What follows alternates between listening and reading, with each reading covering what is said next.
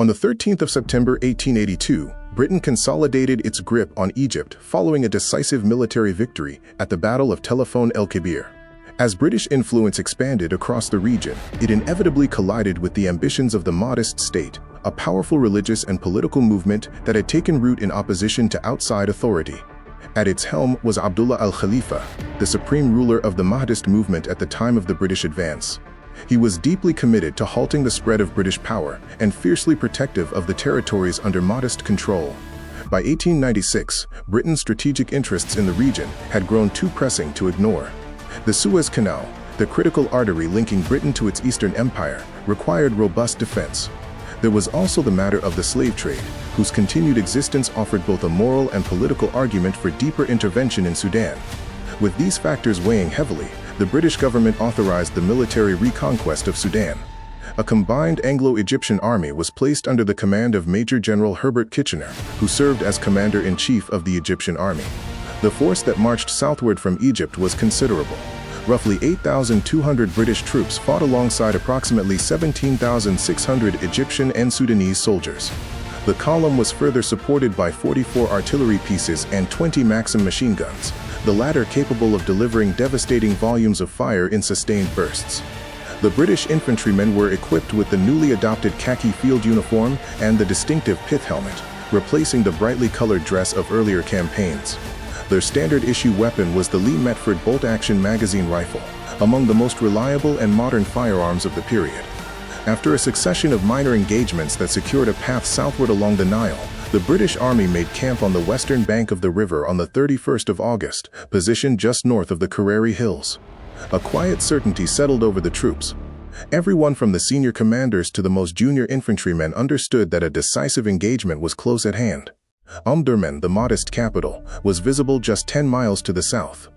On the morning of the 1st of September, the cavalry rode out on a reconnaissance sweep across the surrounding terrain. At around 11 o'clock, the horsemen noticed an unusual shape on the horizon, what appeared to be a long, continuous fence stretching across the plain. They halted to observe more carefully. The fence began to move. With growing alarm, the cavalrymen understood that what they had taken for a fence was in reality a 4-mile-wide wall of armed warriors advancing steadily in their direction. The Mahdist force was estimated at approximately 55,000 men, organized into 5 large battle formations, one of the largest armies to confront British forces in the history of colonial warfare. Anticipating an assault from the river as well, the Mahdists had positioned artillery batteries along both banks of the Nile. Around the same time, British gunboats advanced upstream toward Omdurman and opened fire on these riverbank defenses.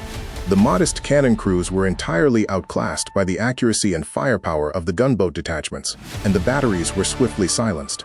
Simultaneously, a body of Arab irregulars aligned with Ottoman authority, under the command of the British officer Major Stuart Wortley, pressed forward along the eastern bank of the Nile, seizing Mahdist-held forts and settlements as they advanced.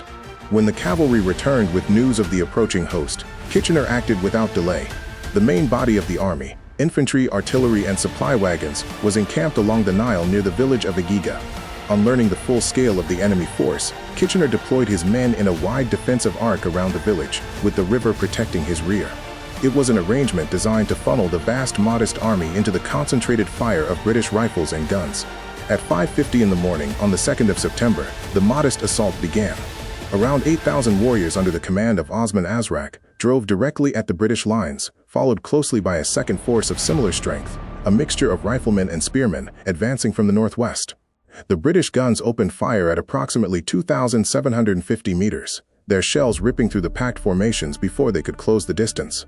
Separately, the Mahdist commander Ali Wad Helu had moved his men to the Kerreri Hills under orders to hold position and observe, then to strike the British column from behind the moment it began marching on Omdurman. The British cavalry officer Broadwood was, however, already posted at the western end of the hills with Egyptian cavalry and camel corps units. The Mahdist horsemen struck this force hard, and fierce close-quarters combat erupted across the hillside. The sheer numbers pressing into the Kerreri Hills and the speed of the Mahdist advance compelled Broadwood's mounted troops to withdraw with considerable urgency. Kitchener issued orders for the cavalry to fall back into the main defensive line, but Broadwood opted instead to continue the withdrawal northward around the hills. This maneuver succeeded in drawing Ali Wad Helu's dangerous force away from the exposed northern edge of the British camp. As each squadron fell back, It halted in turn, dismounted, and poured fire into the pursuing Mahdists. 2 gunboats steamed north to deliver supporting fire from the river. Sustaining mounting casualties, the Mahdists eventually veered west into the open desert, out of range of the boats. Broadwood then led his men back to camp.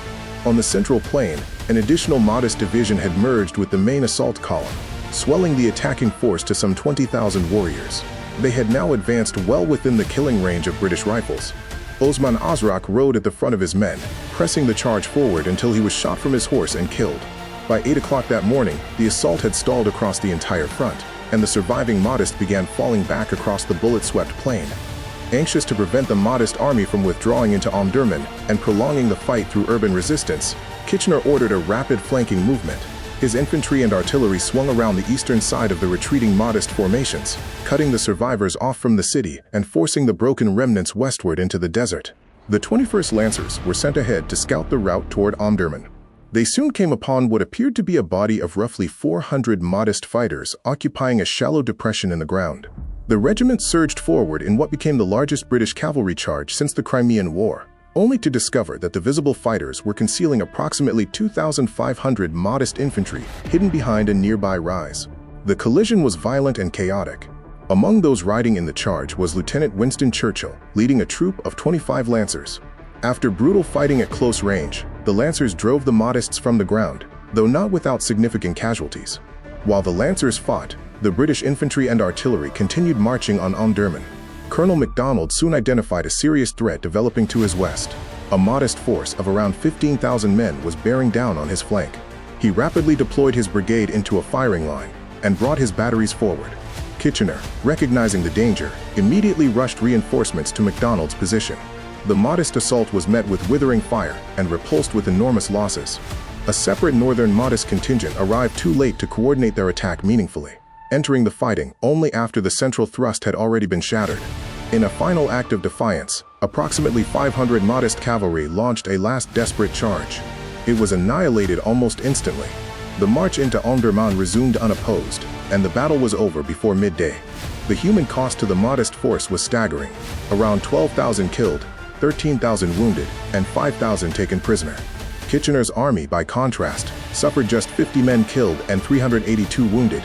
One eyewitness who surveyed the battlefield in the aftermath struggled to describe the scale of carnage that lay spread across the plain, a scene that starkly exposed the lethal gap between the two sides and the devastating efficiency of modern industrial warfare brought to bear on a determined but outgunned enemy.